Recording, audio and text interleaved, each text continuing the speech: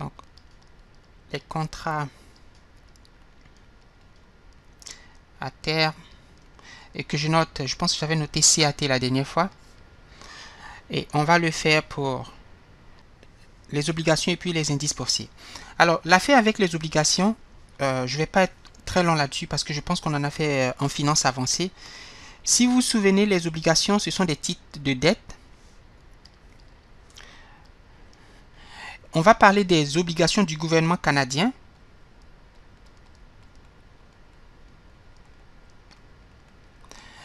Et dans son cours, il a expliqué qu'il y a plusieurs types d'obligations. Les plus importants qu'il a précisés, ça je dis ça parce que ça pourrait peut-être question théorique.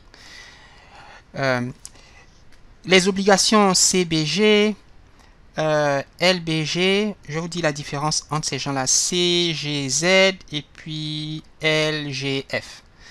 Alors, ce sont des obligations à long terme. Ce qui les différencie, c'est l'échéance. Alors, les obligations CBG, ce sont des obligations dont l'échéance est de 10 ans. Donc, si vous achetez l'obligation, le gouvernement vous rembourse le principal ou la valeur nominale après 10 ans. LBG, c'est 30 ans, etc. Alors, on va beaucoup travailler avec le CBG. C'est celui-là qu'il a utilisé le plus dans son cours. Une obligation, ça vous permet de faire quoi? Est-ce que quelqu'un peut me dire pourquoi est-ce qu'un investisseur voudrait acheter une obligation du gouvernement canadien? Je ne parle pas du contrat à terme sur l'obligation. Je parle de l'obligation en tant que telle. Pourquoi le gouvernement canadien voudrait vendre des obligations? Pourquoi est-ce que je voudrais acheter des obligations émises par le gouvernement canadien? Est-ce que quelqu'un a une idée? Pour l'acheteur, c'est sûr qu'il va recevoir ce qu'il a investi. Pour l'acheteur, il va faire quoi? Moins de risques. Il y a moins de risques. Il y a moins de risques, c'est bien, parce que c'est le gouvernement d'un pays qui imprime sa propre monnaie, donc normalement, la probabilité que le Canada fasse défaut est très très faible. Et puis il y a quoi d'autre? Le Canada lui-même, pourquoi est-ce que le gouvernement émet des obligations? Donc pour moi c'est bon parce que c'est moins de risques, mais un pays, qu'est-ce qui pousse le gouvernement à émettre des obligations? Qu'est-ce que lui gagne, le gouvernement canadien? Alors ça, ce sont des titres d'endettement. Donc c'est une façon pour le gouvernement d'amasser des fonds. Parce que le gouvernement d'un pays, par exemple comme le Canada, mais c'est vrai pour les États-Unis, c'est vrai partout, ils ont besoin de fonds pour faire des projets. Pour construire un nouvel hôpital à Ottawa ou pour construire une nouvelle école à Montréal, le gouvernement, alors il y a les taxes des Canadiens, mais il y a aussi les obligations.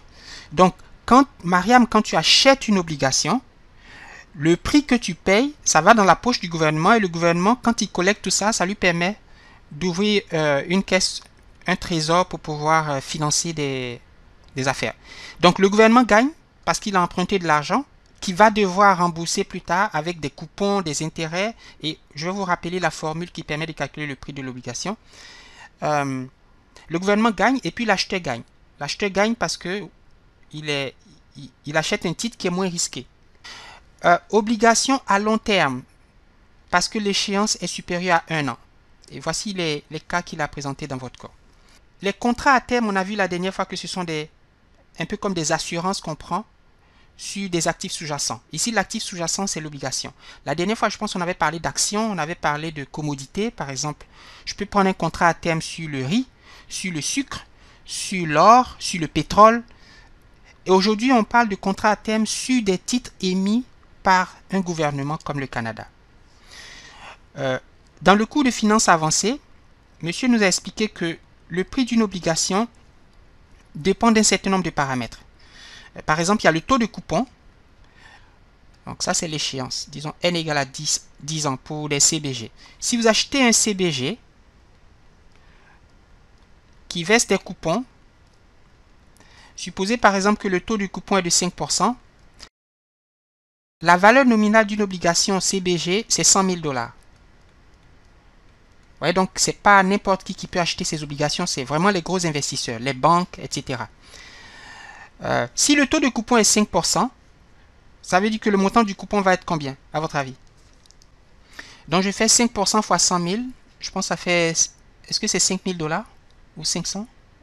Oui, 5 000, je pense. Si je n'ai pas fait d'erreur. Donc, vous recevez des coupons de 5 000 pendant 10 ans. Donc ça, c'est bien pour l'acheteur. Et puis, à la fin, vous recevez la valeur nominale.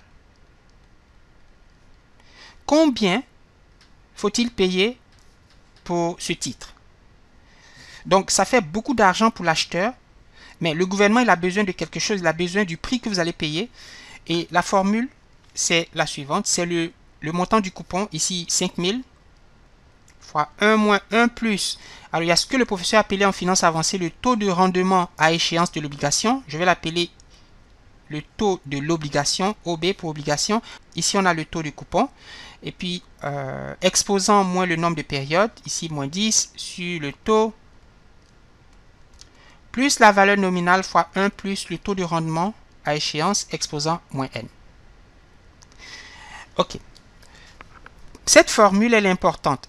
Il faut que vous l'ayez à l'examen sur votre feuille. Et puis aussi, parce que c'est avec cette formule qu'on va comprendre l'intérêt des contrats à terme sur les obligations. Si vous avez un investisseur qui anticipe, donc je vais dire, supposez que Olivier anticipe que les taux d'intérêt au Canada vont augmenter. Et si vous dites comment est-ce qu'Olivier peut anticiper, c'est parce que Olivier, l'investisseur, a par exemple des informations sur le marché canadien. Et vous savez que la Banque du Canada peut décider par exemple d'augmenter les taux d'intérêt ou de baisser les taux d'intérêt. Aux États-Unis, c'est la Réserve fédérale. En Afrique de l'Ouest, c'est la BCAO, etc. Donc, il y a des banques qui décident par exemple qu'à un moment donné, il faut augmenter les taux, il faut les diminuer. Donc, si un investisseur pense que les taux vont augmenter, regardez, ça veut dire que le taux là, le IOB et même le taux de coupon vont augmenter. À votre avis, si vous augmentez le taux de l'obligation, est-ce que le prix va augmenter ou le prix va baisser? Si vous avez une obligation qui paie un rendement de 7%, si le rendement passe à 10%, est-ce que le prix va augmenter ou va diminuer? Il va diminuer. Le prix va diminuer, c'est bien. Et s'il vous plaît, retenez ça va être très important. Lorsque les taux, puisqu'on parle de contrat à terme sur obligation, quand les taux augmentent, alors ça veut dire que le prix de l'obligation va baisser. Donc, un investisseur qui apprend dans des nouvelles que le gouvernement canadien veut augmenter les taux, cet investisseur, il anticipe que le prix de l'obligation ou le prix des obligations canadiennes vont baisser. Et par rapport à ça, il peut décider d'acheter ou de vendre des obligations à terme. Donc, il dit, OK, vu que je sais que le prix va baisser, aujourd'hui, je peux décider de faire quoi? À votre avis? Si j'anticipe que les taux augmentent, autrement dit, si j'anticipe que les prix vont baisser, est-ce que vous allez vous porter acheteur ou vendeur sur un contrat à terme portant sur une obligation du gouvernement canadien? Si ça va baisser, je vais vendre. Et si ça va augmenter, je vais acheter. Très bien.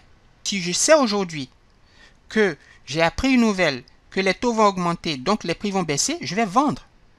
Parce que si je vends aujourd'hui, disons, donc je vais vendre, et on appelait F le prix à terme, le prix forward futures, dans 6 mois par exemple, aujourd'hui je bloque le prix, je prends un exemple quelconque, à $150, et si j'anticipe que ça va baisser, ça veut dire que je fais bien de vendre.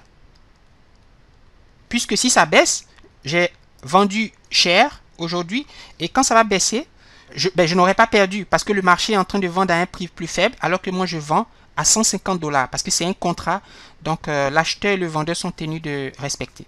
Quand on va voir les options, on va voir que c'est un peu plus, c'est légèrement différent. Et au contraire, si l'investisseur anticipe que les taux vont baisser, autrement dit que le prix de l'obligation va augmenter, ben, il va acheter aujourd'hui. Il va acheter un contrat à terme sur obligation du gouvernement canadien et ça va lui donner le droit d'acheter l'obligation à $150 et comme ça, si à la date d'échéance, le prix monte, par exemple, le prix monte à échéance à, j'ai bloqué à 150, ça monte à $200, ben, je suis gagnant parce que j'ai acheté moins cher. Et donc, ça, ce sont des instruments très, très, très importants. Alors, si vous avez compris ça, tout ce qui me reste à faire, c'est de vous donner des petites formules qui vont nous permettre de calculer les gains et les pertes des investisseurs. Et puis, on va faire des exercices. Et puis, on pourra passer aux options. Alors, c'est quoi, je vais prendre le premier exemple. Donc, tous ces exemples-là sont tirés de vos notes de cours, hein. Comme je vous ai dit, j'ai fait tout ce que je pouvais pour vous trouver des exemples, des exercices concrets, mais les exercices de son cours sont aussi intéressants. Alors, donc, le premier exemple, c'est, vous avez un investisseur qui a besoin de fonds, donc il doit emprunter dans 3 mois.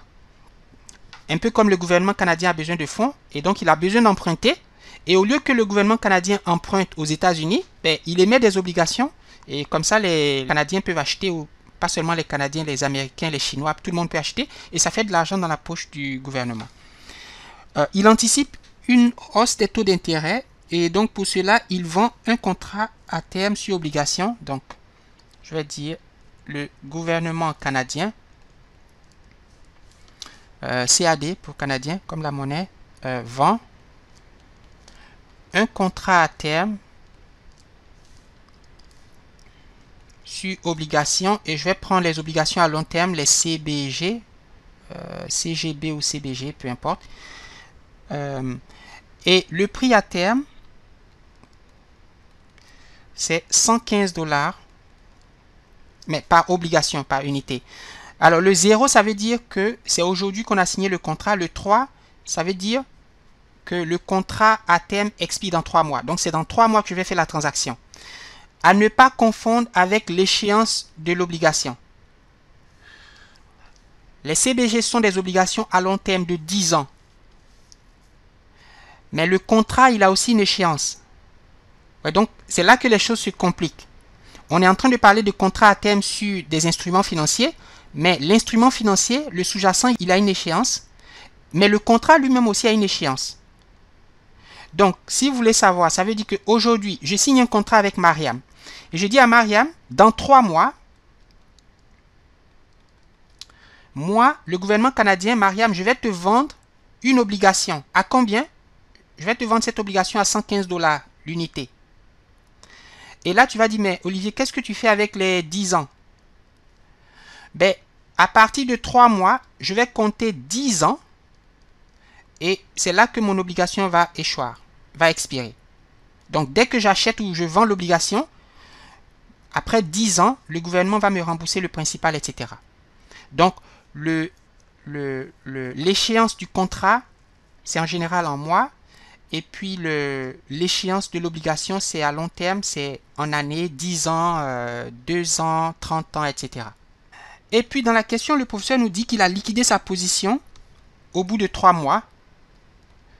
Et donc, je vais mettre F3 à 3 égale à 109 $.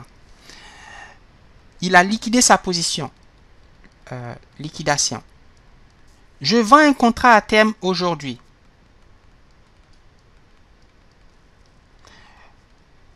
Le prix du contrat à terme, c'est 115 $ l'unité. Après 3 mois, vous voyez, donc on est à 3 mois. Et 3, c'est la date d'échéance. Donc, c'est vraiment, on a échéance. Je liquide ma position à ce prix. Qu'est-ce que ça veut dire à votre avis? Ça veut dire que je prends la position inverse. Donc, si j'étais vendeur dans le contrat à terme, pour liquider ma position, j'inverse, je deviens acheteur. Donc, si vous prenez une position que vous la liquidez, ça veut dire que vous avez fait l'inverse. Donc, si vous achetez, pour liquider, vous vendez. Si vous avez vendu au départ, pour liquider, vous achetez. Donc, ici, il a acheté un contrat à terme, mais à quel prix? À 109. Donc, vous voyez, j'ai vendu, j'ai acheté. Ça fait que vous annulez votre position et là, vous sortez du marché. OK. Alors, une dernière information et puis on va répondre à la question du professeur. La marge requise. Donc, vous vous souvenez qu'avec les contrats à terme, il y a des marges. Donc, celui qui veut acheter ou vendre un tel contrat doit déposer à la banque 2568 $. Et puis, la valeur nominale de l'obligation. Et ça, c'est dans le cours pour les CBG. Est-ce que je l'ai dit ici? Ah oui, c'est 100 000 $. Donc, est-ce que c'est à prendre par cœur? Je ne sais pas. Mais il a probablement dit en classe que comme ce sont des valeurs remarquables. Donc, voilà les informations. Première question. Calculer le profit.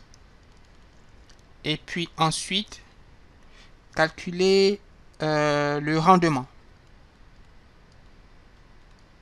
Alors, voici la formule.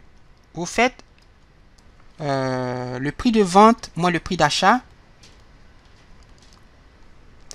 Et puis, vous multipliez par la valeur nominale et vous divisez par 100.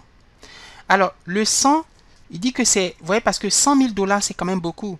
Donc, il se trouve que le gouvernement les vend par tranche de 100. J'ai mis le profit, mais ça peut être un gain ou une perte. Et ici, je sais que ça va être un gain. Pourquoi? Parce que le prix a baissé. Donc, si vous vendez que le prix baisse, vous gagnez.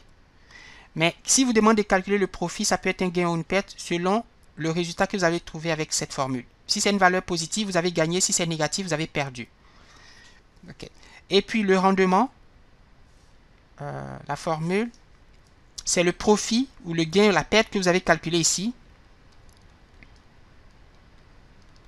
divisé par, j'appelle MR, la marge requise. Donc, vous avez déposé 2568 $. Vous avez fait un profit de je ne sais combien de dollars. Si vous divisez, que vous multipliez par 100, ça vous fait un pourcentage. C'est le rendement que vous avez réalisé. Alors, remplaçons par les chiffres. Le prix vendeur dans le contrat à terme, c'est 115. Le prix acheteur, donc vous voyez le prix au moment de la liquidation, et je sais que c'est le prix acheteur parce que comme j'étais vendeur, en liquidant, j'inverse ma position, je deviens acheteur, et je vais multiplier par 100 000, qui est la valeur nominale pour des contrats CBG, divisé par 100, ça fait, je pense que ça fait 1000. Et ça fait je ne sais pas combien, que je vais multiplier par 115 moins 109, ça fait 6. Donc ça fait 6 000 $. Voilà le profit. Et si vous divisez ce profit par le montant que vous avez déposé, c'est un peu comme votre investissement, et que vous multipliez par 100 pour avoir un pourcentage. Lui, je ne l'ai pas calculé. Est-ce que quelqu'un peut me donner ce chiffre, s'il vous plaît? 233,64. 233,64%. Donc voilà le taux de rendement ou le taux de profit. Ok, donc qu'est-ce qu'on retient de cet exemple? Pour calculer le profit, je fais F vente moins F acheteur. Si c'est positif, c'est vraiment un profit. Si c'est négatif, c'est une perte. Et mon rendement, c'est le profit ou la perte réalisée divisé par la marge requise. En pourcentage, je multiplie par 100. Donc, il dit, supposons qu'aujourd'hui, le prix à terme, vous voyez que son cours là, c'est contrat à terme sur obligation et sur indice. Et les indices, il y en a plusieurs sur les marchés. On avait parlé du fameux indice américain, le SP500. SP500, ça c'est aux États-Unis. Et puis au Canada, c'est SPTSX 60. Ça sert à quoi les indices? C'est un peu comme des portefeuilles. Donc, au lieu d'acheter une action, par exemple, vous voulez acheter aujourd'hui des actions des actions canadiennes, d'une entreprise canadienne. Au lieu d'acheter une seule, vous avez envie de diversifier votre portefeuille. Donc, dit, si je mets tout mon argent dans une action, je risque de faire de mauvaises affaires. Donc, je vais acheter plusieurs actions. Oui, mais au lieu d'acheter plusieurs, pourquoi ne pas acheter un indice? Parce que l'indice, c'est en fait plusieurs actions rassemblées dans un même portefeuille. Donc, en achetant l'indice, vous achetez plusieurs actions. Et ça, c'est bon pour la diversification. Ok. Donc, l'exemple numéro 2 du professeur, ce sont des contrats à terme, pas sur des obligations, mais sur des indices. Et il prend l'indice canadien, qui est le SPTSX 60. Alors, supposons que le prix à l'ouverture, il a mis, c'est 11,26. Ici, il a mis le prix open et puis F0. Je vais mettre les données puis on va les interpréter. Ça, c'est le prix à la clôture des marchés. Ça, c'est le 15 mars.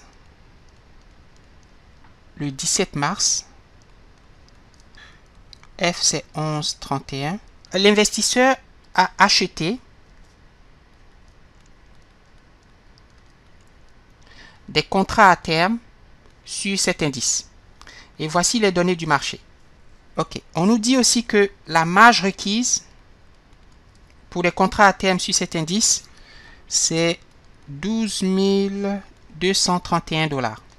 Alors, quand on dit la marge requise, en fait, c'est la marge initiale, c'est le montant qu'il faut déposer. Je ne sais pas si vous vous souvenez, on avait parlé de marge de maintenance et puis de marge initiale. La marge de maintenance, c'est la marge qu'il ne faut pas... c'est comme la limite qu'il ne faut pas dépasser. Si le solde de votre compte tombe en dessous de la marge de maintenance, vous recevez un appel de marge de la bourse qui vous dit il faut que vous ajoutez un peu plus d'argent dans votre compte parce que sinon on va liquider votre position. Donc la marge initiale, c'est la marge initiale. La marge de maintenance, c'est la marge qui implique l'appel de marge. Ok. Le 15 mars, c'était à 11,28.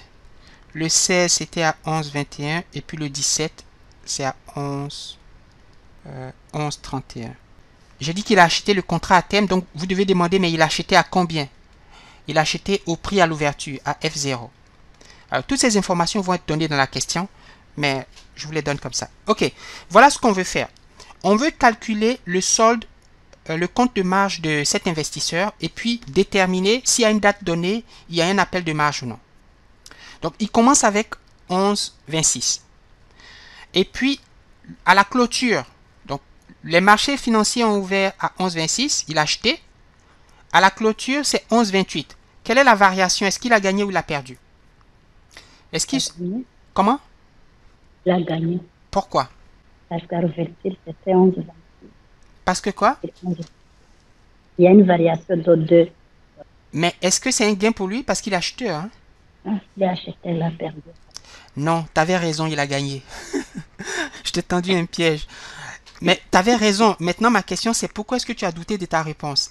Pourquoi tu me dis qu'il a perdu? Explique, donne-moi ton raisonnement pour que je te montre pourquoi est-ce que tu avais raison au départ. Si tu achètes un contrat, est-ce que tu anticipes que le prix va monter ou le prix va baisser? Regarde, aujourd'hui tu as acheté à 11,26. Le prix a monté, tu as gagné. Parce que tu as bloqué le prix à 11,26. Ça coûte plus cher. Est-ce que tu vois pourquoi tu as gagné? Oui. Ok. Donc, quand tu es acheteur, quand le prix augmente, je sais que dans la vie courante, c'est contre-intuitif. Dans la vie courante, tu vas dire, oui, mais Olivier, quand le prix augmente, l'acheteur, il perd parce qu'il paye plus. Oui, mais dans les contrats à terme, c'est le contraire parce que tu bloques le prix quand tu achètes. Tu vois, tu as acheté à 11,26 et quand ça augmente, là, tu es contente. Parce que tout le monde est en train d'acheter à 11,28 alors que toi, tu as bloqué à 11,26. Donc, tu as gagné plus 2. Alors, monétairement, ça va te faire combien? Et donc, il se trouve que sur le marché canadien, quand vous achetez des contrats sur indice, il y a un multiplicateur. Et le multiplicateur, c'est 200. Et vous allez voir que quand on va faire les options, au lieu de 200, ça va passer à 250. Donc, ce n'est pas des choses que j'invente. Ce sont des choses qui sont propres au marché canadien. Et qu'est-ce que ça veut dire? Ben, ça veut dire que quand vous avez gagné 2 points sur la valeur du contrat, vous multipliez ça par le multiplicateur qui est 200. Et donc, en fait, ça vous fait 400 en unité monétaire. Donc, votre compte, il était à 12 231. Vous avez gagné 400 $. Ça veut dire qu'il passe à 12 631 $. Vous êtes content. Vous n'avez pas d'appel de marge. OK.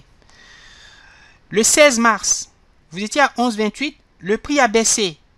Vu que vous avez une position acheteur, vous perdez. Il a baissé de combien? Il a baissé de 7. Là, vous êtes malheureux.